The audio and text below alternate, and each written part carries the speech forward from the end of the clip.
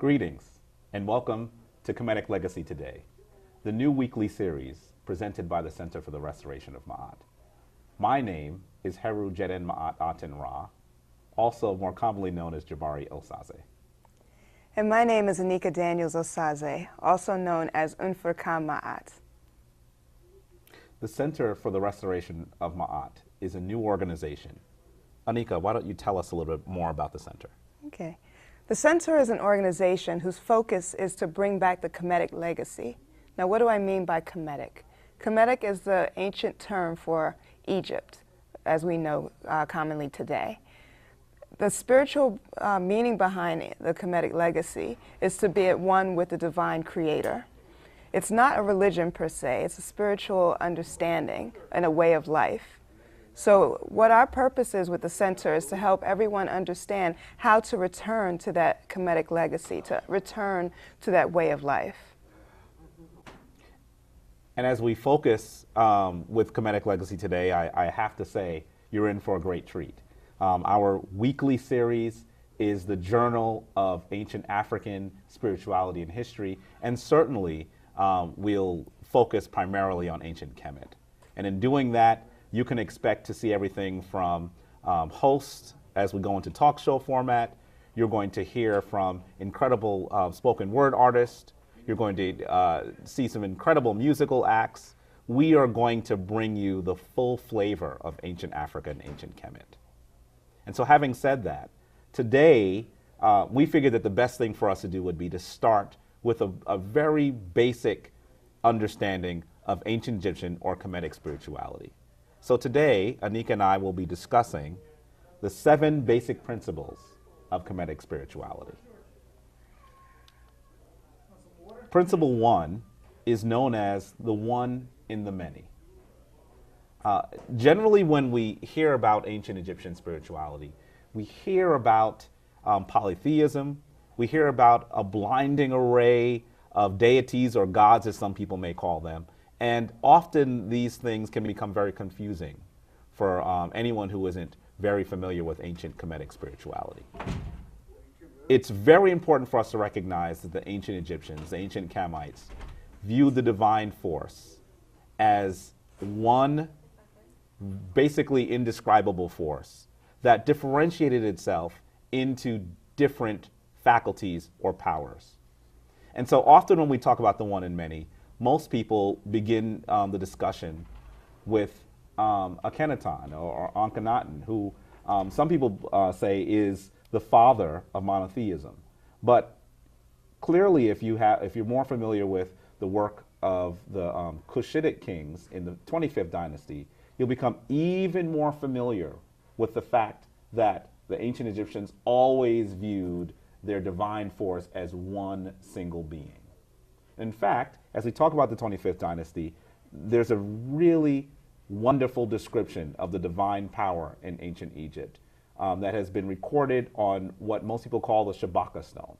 Shabaka is one of the Nsubiti, or pharaohs, as you may have heard commonly known today, who comes forth from south of Egypt, of Kemet, and as he becomes the ruler of ancient Kemet, he decides that he's going to do something very curious for someone that what most people consider a foreign leader.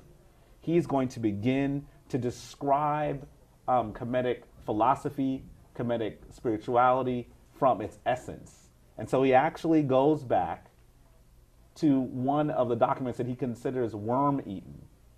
That is, when he found it was in horrible condition. And he has it rewritten. This document is now known as the Shabaka stone and is often the best description and the earliest description of the divine force in our world. I mean, in that description, he describes Ptah.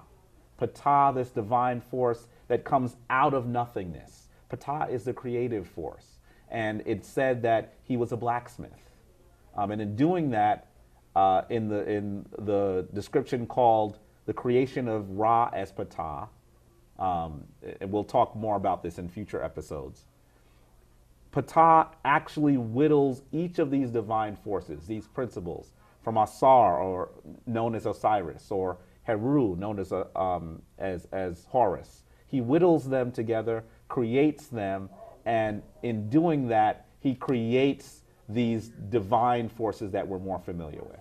And at the end of this entire description, he goes back and reminds us that each of them are nothing but the teeth, the hands, and the feet of this one divine force. So it's a really wonderful description of the one in many.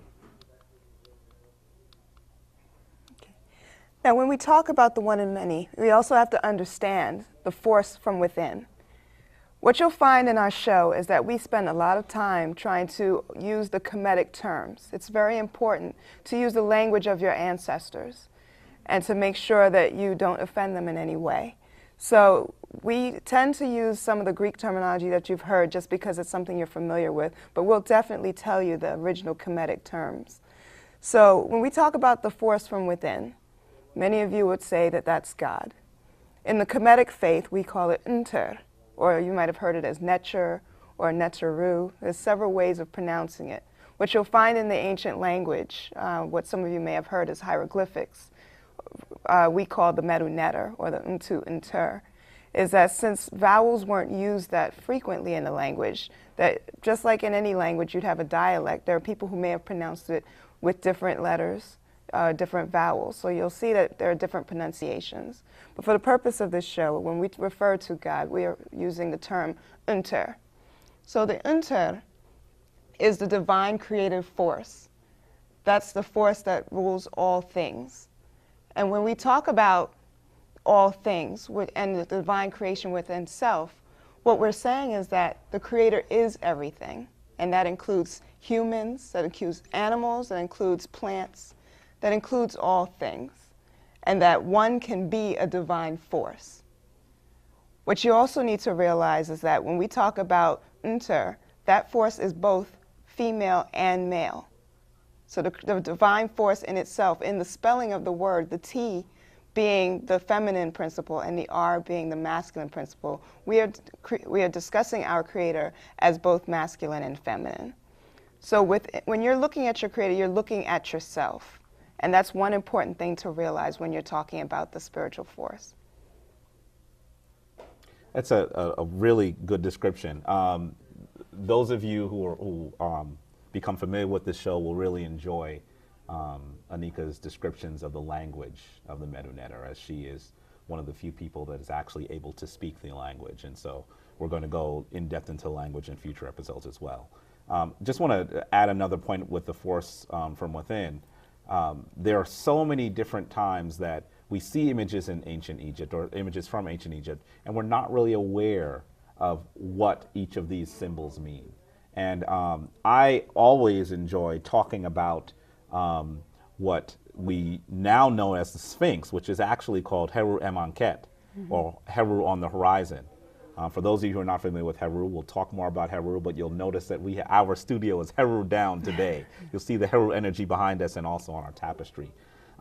Heru is that force that has to do battle with his animal self.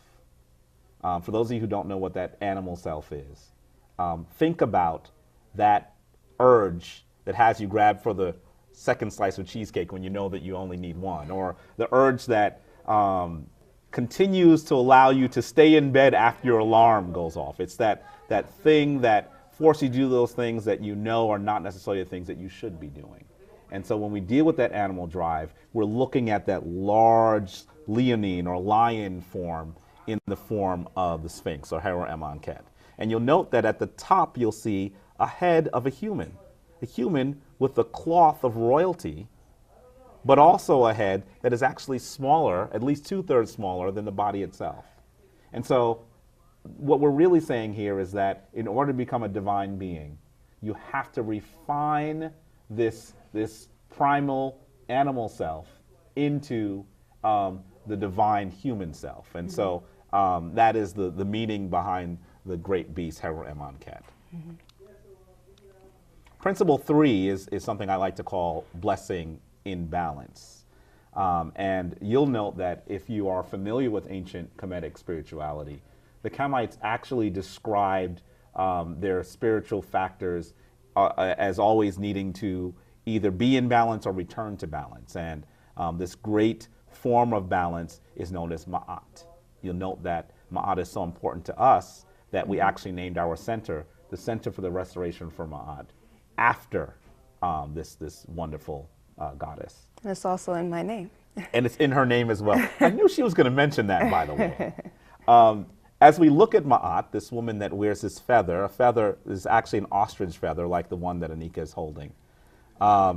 She wears this feather on her head, and it's a reminder that in the end, your soul, your deeds, your acts must be weighed against the feather. So that we're going to talk a little bit more about the judgment scene later on in the show, but your heart must be lighter than a feather for you to enter into the Hall of Ma'ati, or what most of us would call heaven today. Ma'at is also known for 7 principles: truth, justice, balance, order, reciprocity, harmony, and righteousness. You may actually think that she's quite familiar. Particularly all of you who are in the legal system, you might say, well, isn't she the woman that holds the scales? Yes, she is. But in the ancient Kemetic legacy, they didn't believe that she should be blind. So you won't see her blindfolded. But definitely this is the archetype for Lady Justice that we see in Western society. So the ancient Egyptians always believed that things had to return to balance. And when things were out of balance, things were in chaos. And when things are in chaos, those are when those extremely negative things happened to their nation, to their community, and even to the individual. And so each day, a Kemite would begin their day by reciting what are known as the 42 negative confessions of Ma'at, by saying that they weren't going to do certain things during the day. And then they'd end their day by saying that they had not done those things. And if they had, they would ask for divine forgiveness at that point. And so Ma'at is a critical principle. And once again, we hope that you'll become much more familiar with the principle of Ma'at through our series, Kemetic Legacy, today. Okay. Now, in order to reach Ma'at, it's important to realize there are several tools to the path of spiritual development. And that's something that the center is in place to help you with. First thing you need to do is pray. We should all be familiar with that, regardless of what spiritual background you have, what religion you follow, whether it be Hinduism or Judaism. Everyone should understand the basic philosophy of prayer. And it should be done every day, and not just for yourself, but for others, and for not just today, but for the future. So in your prayers, as you're doing your 42 laws each day, and you talk about the things that you will not do, and the things that you also talk about what you hope to do, what you'd like to see for your life, and for your family, and for your friends, and people who are close to you. The next important tool is ritual and ceremony. Just like in a Baptist church, you go to church on Sundays, you have certain hymns that you should be reciting. In the spiritual faith, in the Kemetic faith, there are different rituals and practices. And you'll see one a little bit later on in the show that we follow each morning. When you wake up between usually the hours of between 4 and 6, when you're most vibrant in the mornings, you would wake up and you would do your best to recite the different areas of necessity in your life. One thing you'll hear about would be the canopic jars, the children of Heru. The fact that when someone goes on into the next realm where they're deceased, the different organs were taken from their body and placed into different jars. And each of those jars had a meaning or a semblance, and each of those organs were taken for a particular reason. And those organs would be blessed upon in those canopic jars. So, and each one would have a name. When we're doing what we call the opening of the way, you're actually referring to each of those body parts as divine body parts. It's important to realize your body is your temple, and each part of your body should be honored, and it should be recognized each day. So you're not just asking for your health, but for your clarity. So that's something that would be done in ritual and ceremony. Now, study is very important. It's important for you to read, and not just to read anything about ancient Egypt or about the Kemetic legacy, but it's also important to read other books of faith to understand that we all come from a basic background, that we have a function, a focus that's all comes from the same creator, the same divine being, and that we're all on the same page. Meditation is very important. And I'm sure that many people do that regardless of the faith that they're in. But when you're meditating, it's important to realize that to be at your highest point of meditation, it also includes what you eat and what your diet is. And that you need to focus on the lighter you eat, the better you can meditate and the closer you become to the divine being. And finally, spiritual discipline. Realizing that this needs to be done every day, not just one day of the week. And that it is important that you do this on a regular basis and make this a practice in your everyday life. Certainly, Anika has actually shared with us some really important tools on your path to spiritual enlightenment. And I always say that it's easier, and I think that each of us will probably find that certain aspects of these tools are probably easier for us. And it's important for you to continue to work on the other ones that are not as easy. For example, I tend to have a little more difficulty with quieting my mind. Anika, my divine reflection, constantly says, "Do you always need to have the television on?" Sometimes my embarrassed response is yes. And so it's important sometimes to still the mind, to think about returning within, because if we believe that we are divine vessels, then virtually everything in this entire universe is within us. And so going within is perhaps the greatest school, the greatest teaching forum that we can actually enter. And so we have actually some footage of an incredible ritual. And perhaps it's also a shameless plug, because the ritual is part of our Hebs Maitawi, or our wedding ceremony that was done a little bit more than 8 years ago. And you'll see our chief priest, the person that we go to for spiritual guidance, he will actually go through the opening of the way, and he does it in an interesting and unique format because he actually does it in libation. And those of you, we're filming this during the Kwanzaa period, you certainly are familiar with libations. Mm-hmm. You're going to see this libation done in the form of the opening of the way. And so with that, I think we should go to this particular footage. And some of you may be familiar with our priest as well from the Shrine of Ma'at. It's Baba Heru Ankra Samaj Se Pata. So you've probably seen him. You may also be familiar with his mate, Queen Afua. And here we have him actually performing the ceremony.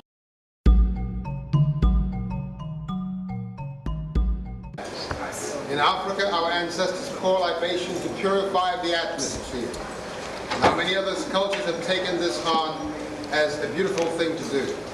So I'm going to libate to the divine angelic guardians of the four directions. Periodically, I will say Tuau Inter, and when I say Tuau Inter, you may join me in saying Tuau Inter.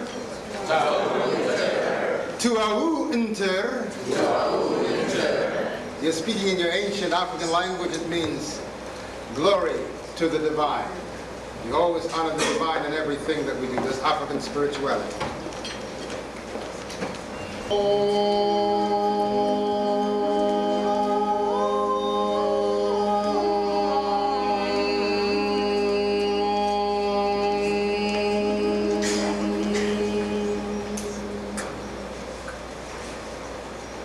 Anachra and bekat nuk and bekat anachra happy nuk to our winter anachra circuit nuk circuit anachra Kipsenu, nuk, kipsenu, to our winter. I can't hear you, village. Al-Nashara, us, nuk, us. Al-Nashara, insect, nuk, insect, to our winter. Knit, nuk, knit. Anachra tuamute, nuk tuamute, tuawinter. Nuk, nuk, get, to a winter. Nook, and a shirak technique, technique, technique, technique, technique, nook, technique, to a winter. And a shirak pout in there, nook, pout in there, and a shirak in boo in there, nook, in boo in there, to a winter.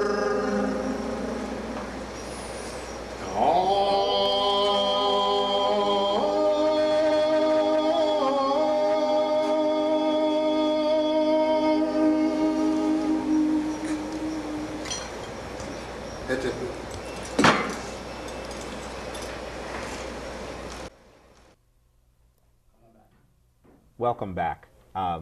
You just saw an incredible ritual performed, and we're going to also have this wonderful divine person on the show so that he'll be able to describe his approach to ancient Kemetic spirituality, and we hope to do that in upcoming episodes. Let's move on to Principle 5, which I always call sacred myth, sacred message. I think that when we think about myth, it's critically important for us to remember that myth is that which is not true, but which is always true. And so it's very, very important for us to recognize that we've been taught in school that myth is something that primitive minds created because they weren't able to understand the true genesis of so many things in our world. And in actuality, that takes away all the spiritual and revelatory dimension from all of these great myths. And in contrast, think about what history is. History is that which was once true. So that in some ways, myth is more powerful than history, because myth is that which is always true, and history is that which was once true. And so it's critically important for us to remember that. I like to always talk about some of the things that are some of the books that are on my bookshelf, some of the things I'm going through, and I certainly am enjoying reading Tom Harper's The Pagan Christ. He goes through great myths in the Bible and describes what the deeper spiritual meaning might actually be. And so it really is powerful to be able to see his description of it. But clearly it's very difficult today to talk about myth and not talk about the man who actually brought myth back to public consciousness, and that would be the amazing Joseph Campbell, who unfortunately died in 1987.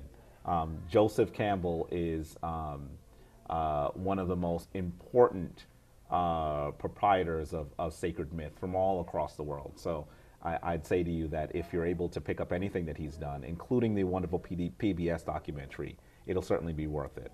And so myth is the kind of story that encapsulates, that ensconces great spiritual teaching.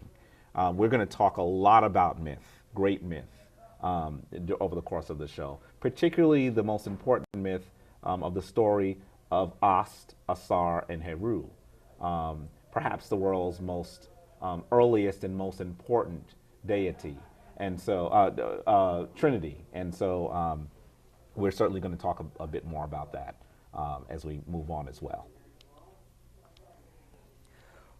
One thing you'll find about the Kemetic legacy is that there are symbols everywhere. And what you'll realize is someone who's becoming initiated into the Kemetic faith will see things in ways that they've never seen them before. You'll realize that these symbols were always there, but they have new meaning to them.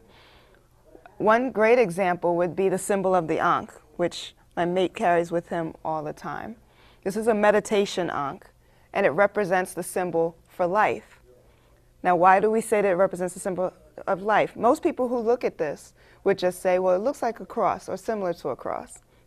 And yes, that's true. That's something, it could be considered to be one of the earliest crosses that existed. Now, in this particular symbol, we have the top piece, which is kind of rounded and looks like a womb, or what we say would be the womb, or the feminine principle. The bottom part, or what we would consider to be the shaft, would be the masculine principle. And then you would have the offspring coming from the sides. So what does that mean? This is the ultimate symbol for regeneration, rebirth, for life, for offspring, and for generation. So it's important to realize that when you look at it from the eyes of someone who may not have seen an Ankh before, you may see one thing. But once you start understanding the Kemetic legacy, you'll see that it's much deeper. I know when we go on the different tours held by Tony Browder in DC, you'll realize that when you're looking at the city, it looks like any other city to you. But when you actually look at the different symbols that are facing you, many of the people would say, well, the Masons created a lot of that. But where did the Masons get that information? It's actually African spirituality and ancient African symbols that you're looking at. And it may not mean much to you right now, but through the different episodes that we have on our show, we'll actually start explaining to you what those symbols actually mean and why those particular symbols were used in creating the city of DC.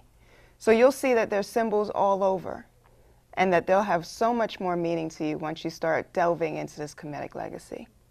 And in actuality, Anika, that's a really important description of the Ankh, because most people will say that the Ankh is a symbol of life, but they don't actually understand why it's a symbol of life. Mm-hmm. And so we're seeing the recognition of male and female order, mm-hmm. and balance, and the importance of family. Mm-hmm. And I always say to brothers, keep in mind that you can clearly tell which symbol is on top. And so ancient Kemet is a matrilineal order, and so that is the way that they would have viewed the world. The feminine principle is critically important in a description of philosophy or spirituality. Also, I just want to say that one of the reasons why these symbols can become so difficult to understand is because what we're actually doing is we're trying to understand something that the highly initiated would have understood. And so symbol could mean something to the general public, mm-hmm. but it certainly meant something very, very different to individuals who are the initiated, who had spent as many as 42 years in a temple, mm-hmm. Attempting to learn and attempting to build on their spiritual development until they were able to be the final stage of initiate or a chief priest. And at that stage, all of this world of sacred symbolism would be open and revealed to them, and they'd be able to access it for their lives. That's one of the reasons why we talk about the Ankh and symbolism as being critically important in understanding the world of ancient Kemet. But keep in mind that we're not here simply for history. We're here to teach you, hopefully, some symbols and some practices that will help you understand how to live a more divine life. Something that could even bring it more to light for you. My mate and I actually went to see the Avatar. I know that movie just came out. And, you know, from a simple standpoint, you look at the Avatar and you think, you know, this is a great movie with a lot of graphics. It may even seem like it's a love story to some extent, a battle of great truth or challenges. But from the standpoint where we see it, we understand that it actually is an example of ancient mystery systems and initiation rites. The fact that when you look at the main character, he has to go through 4 different initiations to actually become a great warrior. One, starting off where he's going into the earth, his first steps when he becomes the Avatar, he sticks his feet into the ground. That means he's finally entering the earth. Then when he's escaping from that wild beast, he actually jumps into the water. So that's his next step of initiation. Then when he learns how to fly that creature, he's actually entering the air. And finally, when he has to fight to save their village, and it's actually in flames, that's his birthright, that's his next step into the fire. And he's actually learning to become reborn as a warrior when he finishes all 4 of those stages and enters the community and becomes part of that new community. I would actually say that he does even something more than becoming a member of a particular community. In actuality, what's happening is he is becoming a divine vessel, and that's the reason mm-hmm. why he's able to make the move, the transition from the material world mm-hmm. to the spirit world. Remember, for those of you who have seen the film, and it seems like a lot of people have because it's doing quite well. For those of you who have seen the film, you'll take note that after he goes through each of those initiations, the next things that happens is that he has to gasp for air. And you might actually think, well, it's an interesting story, and that's great. It fits in very well with the entire myth. But keep in mind that the first thing that a baby does when they're born is grasp for air.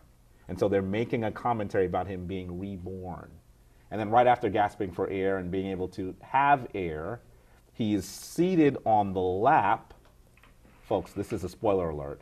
He's seated on the lap of this woman who is a Navi. And so she's much larger than him, and he's seated on her lap, and he almost looks like a child. And so they're referencing the great image of the Madonna and Child, which has its origins in ancient Kemetic and comes through many different spiritual forms as well. And so that's really what we're seeing. We're seeing the transition from matter to spirit. We're going to talk a lot more about the mystery systems that came out of Kemet, came out of Egypt, and went into other portions of the world and found their way into the three great spiritual forms that are in practice today. Finally, we have to talk about Principle 7, which is the final judgment. And in actuality, every ancient Egyptian, every Kamite believed that in the end, when we go to meet our Maker, we are going to be judged by our deeds. Now, what does that mean? That means that while some of you might focus on saying the name of the right divine force, the ancient Kamites actually believed that what was important was your deeds. And so your deeds, if you look at the final judgment scene of Ani, your deeds are what give you a light heart. And as you have that light heart, that heart is weighed against the feather of Ma'at. And in being weighed against the feather of Ma'at, this would actually decide whether you were sacred, divine, and rectified, what we would call Ma'keru, true of voice. And being true of voice, you'd then be able to enter into the Hall of Ma'ati. Now let's say, some of you might say, well, if I'm being judged by my deeds, there's some days I might have done some things that I really shouldn't have done. And so does it mean that regardless of what I've done in my past, that I'm still going to be judged for it, regardless of whether I do incredible, wonderful, giving things in my present and my future? And the answer would have to be no. As you look at the image of the judgment of Ani, you'll take note of the fact that at the top you will see 12 Nteru, or Neteru, or Netchers, as some people would say. And those 12 Netchers actually some will have an Ankh up, and some of them will not have the Ankh up. And essentially what they're doing is, when the heart is actually equal to the feather, then it goes to the jury. Yes, this is the origin of the concept of trial by jury. But this jury would then decide whether you were Ma'keru, and you would be able to be true of voice and enter into the Hall of Ma'ati. Now keep in mind that all of these principles operate on several different levels. And as I say they operate on several different levels, this is not just a great spiritual allegory for our edification in a future time, but every person who is following Kemetic spirituality would have actually gone through the 42 laws, the 42 negative confessions of Ma'at, and in doing that, they would actually be practicing the preparation for judgment every day, because of course as we lay our heads into our bed, to some degree we're actually going into the period of death, and then we wake in the morning, we're reborn again. And so this judgment takes place on a daily basis. The way I look at it is making sure you have it right each day will allow you to have it right when your final judgment comes to you. And so the final judgment is a critically important principle in ancient Kemetic spirituality. With that, we've gone through our 7 basic principles. Now, clearly we were talking about a spiritual form that developed over the course of 5,000 years. Yes. And so giving you 7 basic principles might actually seem like we're giving you short shrift, and I'm sure we have. But hopefully this will give you a beginning an entree into the world of ancient Kemetic spirituality. And then from there, what you'll be able to do is be able to understand these great spiritual principles and use them in your everyday life. Because ultimately, that is what we are about.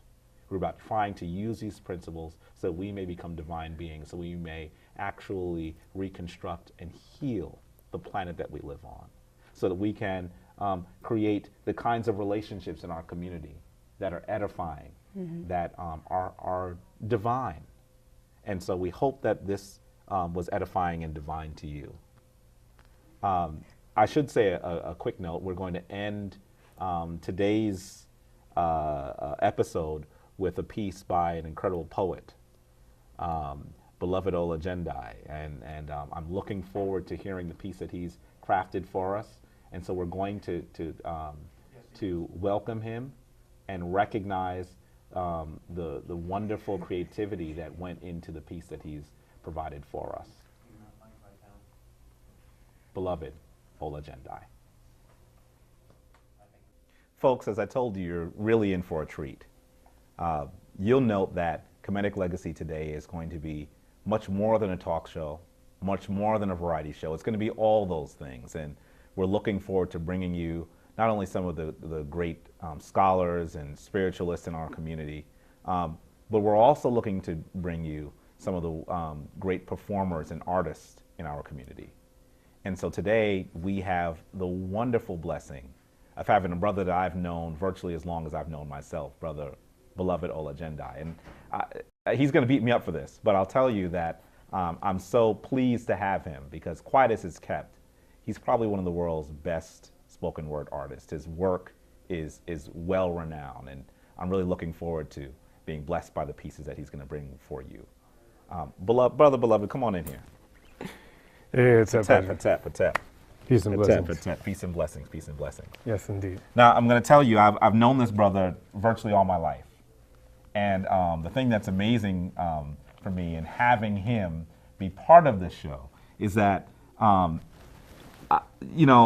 three of us, and I'll say the three of us because you know that there's another leg to the stool, another brother that is here today, but you can't see him because he's not on camera. He's another wonderful brother. The three of us grew up together, and we got a chance to see your talent, your spoken word artistry develop.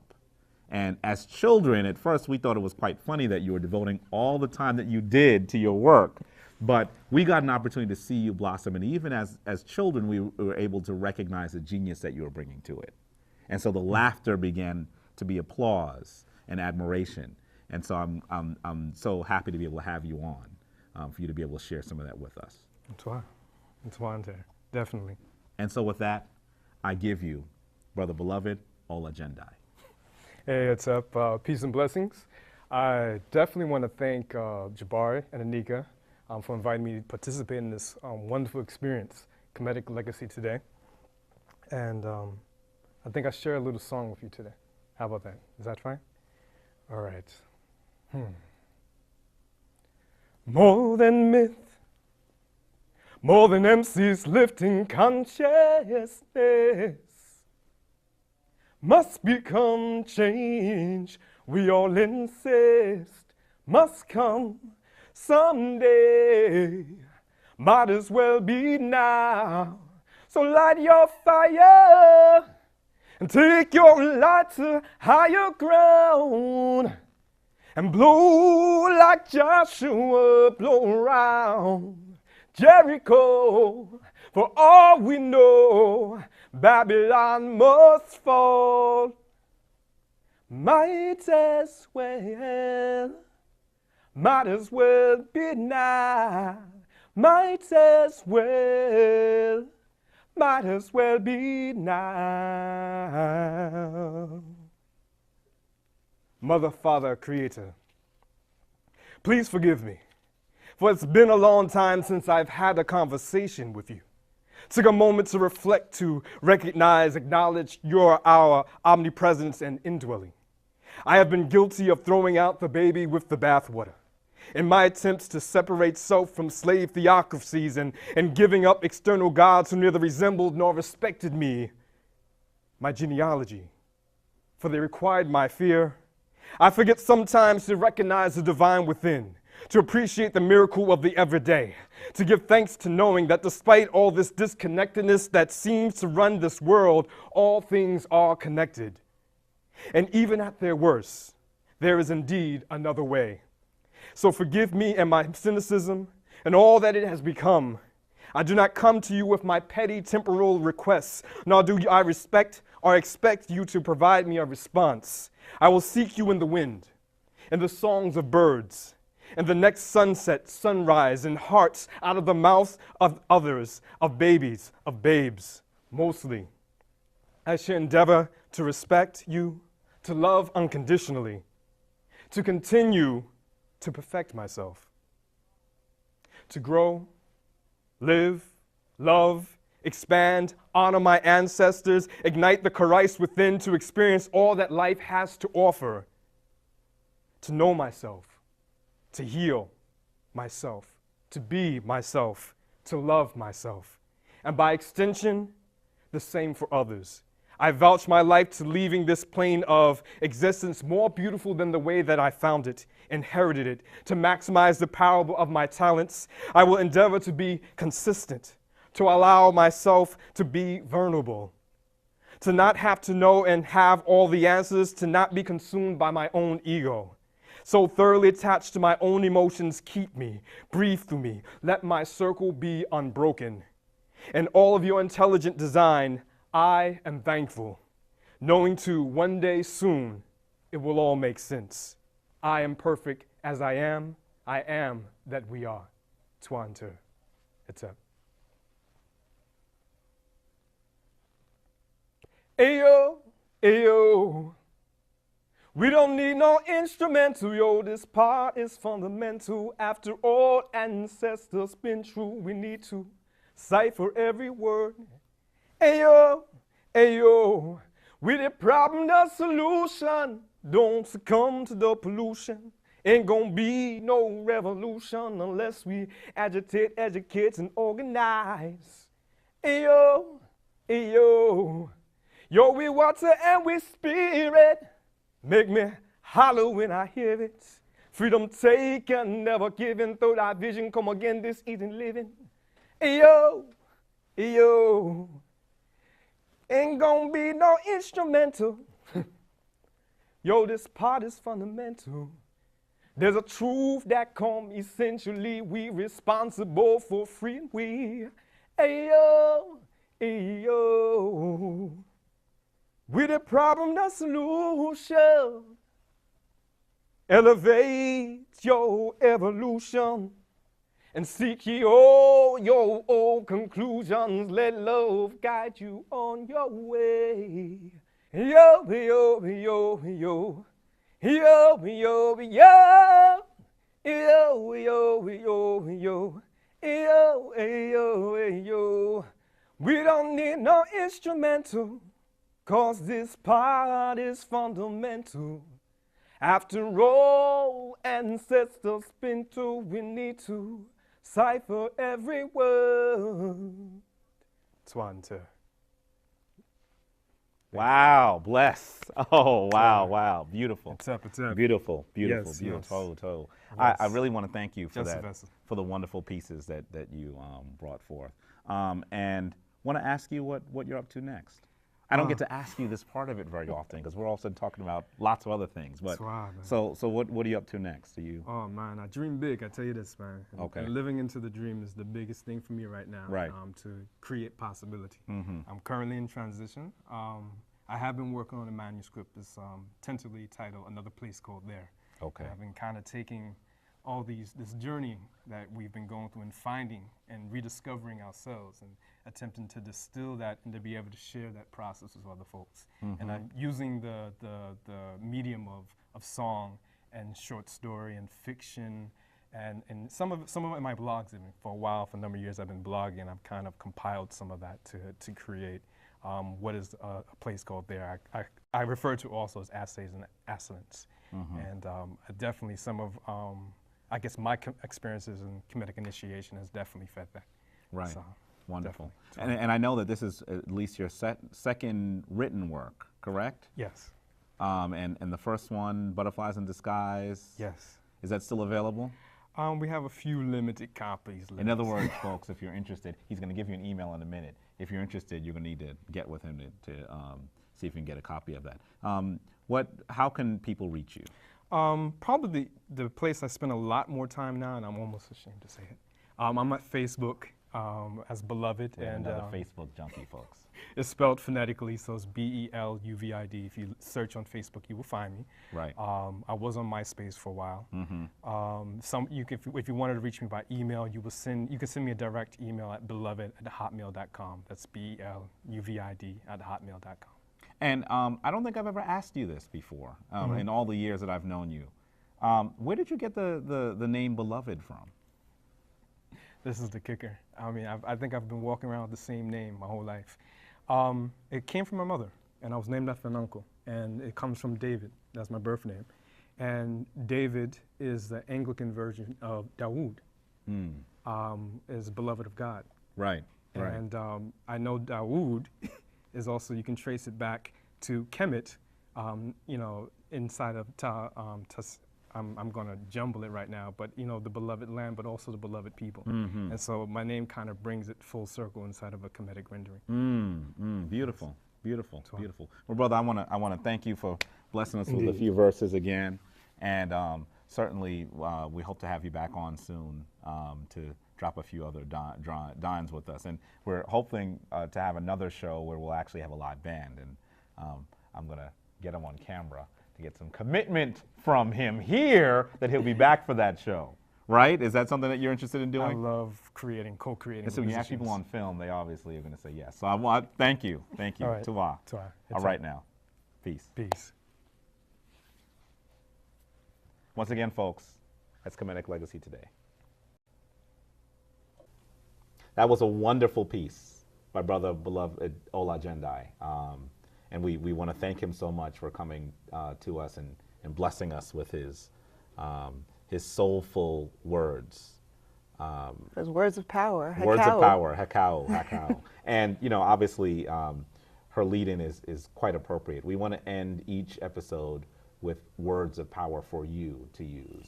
And, of course, if you'd like to get this from us, you can email us at, I guess I'll give them info at centerformaat.com.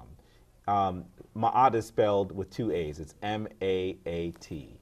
And so if you email info at center, C-E-N-T-R, for Ma'at, M-A-A-T.com, we'll email you the words for this. And it's important it's the word for, not the number for. That's right. Yes. Yes. Why don't you begin with our prayer? Okay, so to begin with our words of power, or hekau, we will do it in the ancient Kemetic language known as the Medu Neter, and then we will translate it for you in English. And keep in mind, this is the oldest prayer ever recovered, so you're actually going to your ancestors for spiritual guidance as they went to the divine force for spiritual guidance. Okay. Amasu en pa enter.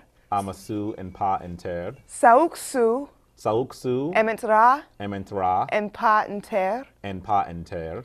Autu aura. Autu aura. Maketi pa herura. Maketi pa herura. Give yourself to the One Most High. Keep yourself daily for the divine, and do it tomorrow just as you do it today. Twau inter. Praises to the Creator.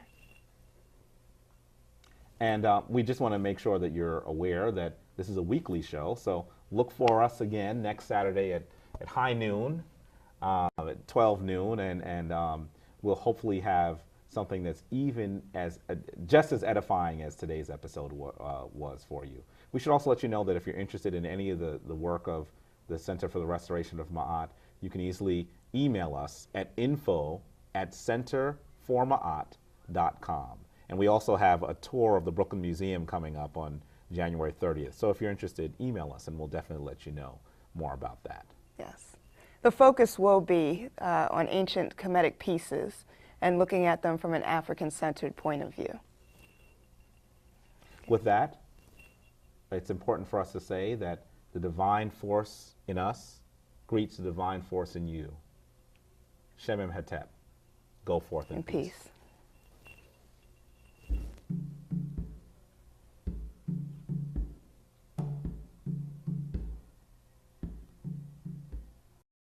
We talked about Seshat, who is the female scribe. She is the complement to Tahuti, which is a scribe that many of us are familiar with.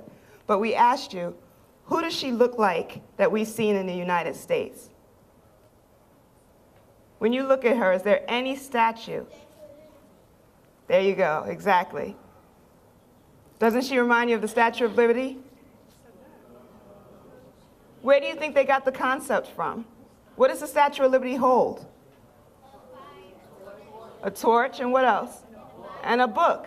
What do you do with a book? You read a book, right? Somebody wrote the book. She's the master scribe.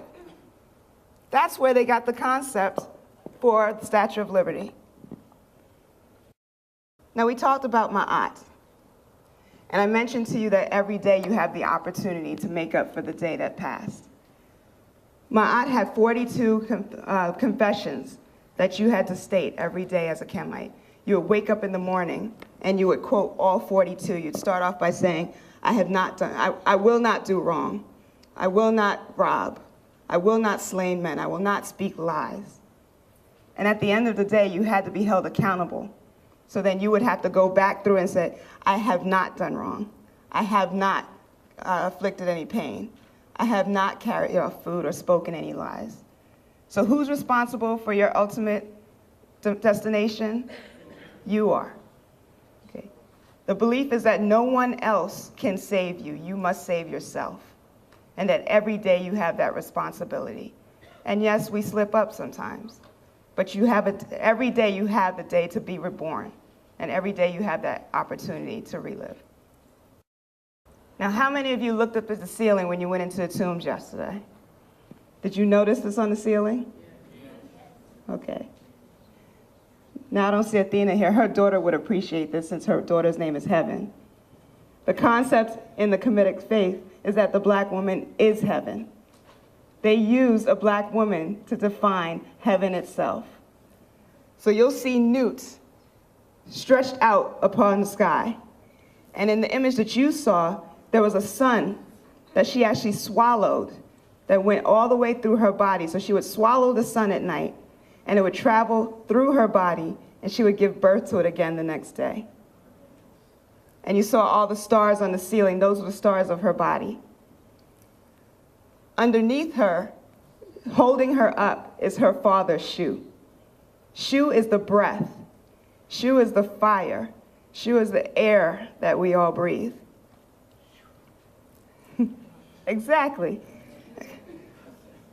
And underneath Shu, you'll see Geb. That's her mate. He lies underneath her. And what does he represent? Exactly, the ground, the earth. That's Geb. So now we talked about the fire. We talked about the air. We talked about earth. So what's missing? The fourth element, water. Her mother is Tefnut, which is moisture. She's not represented in this image, and you won't see her represented in too many places, but they write about her very often. And even some of the queens chose to represent themselves as Tefnut because they wanted to recognize the water element within themselves. Now, in studying ancient Kemet, you'll see that women had many more rights than some of us even have today in the United States. They had legal rights where they could manage and dispose of their own private property, which included land, portable goods. They had their own servants, animals, and their own money. It's like having your own bank account. They were able to do that in ancient Egypt. They had marital rights where they can go into contracts for marriage, and they can even have a divorce. In some of our own religious beliefs right now, we cannot have divorces in these days and age. But they were able to have divorces at any time that they chose back in ancient Egypt. Lady Peseshet lived during the 4th dynasty and was credited as being the earliest known female physician in ancient Egypt. Her title was the Lady Overseer of Female Physicians. So her job was to actually look over all of the female physicians in ancient Kemet, and that they would come to her for guidance, and she would supervise their actions, and she would supervise their surgeries. Nebet, during the 6th dynasty, was called the vizier, a judge, and a magistrate. She was the grandmother of King Pepi I. So she was able to judge in court situations. Can you imagine a woman thousands of years ago being a judge, and now they're questioning whether we can have this Latino woman as a judge today? I mean, that's amazing. Why are we even questioning that? And all these women had the right to vote. We didn't get the right to vote till the 1920s. And we all mentioned before that in order for a man to become Nsabit, it had to go through the royal bloodline of the woman. So now let's talk about some of the female rulers that existed. Sobek Nefru was a female Nsabit as well. She's the third woman who may have ruled as a king during the 12th dynasty, and she was the daughter of Amenemhat III. Queen Tuareset, or Tuarset, was the last known female Nsabit of Egypt, of local indigenous dynasty. Hatshepsut, I know we've spoken a lot about this great woman. She ruled from 1479 to 1458 BC and was the fifth ruler of the 18th dynasty. She was actually the favorite of her father, of the many children that her father had. She was the daughter of Thutmose I and her mom Ames.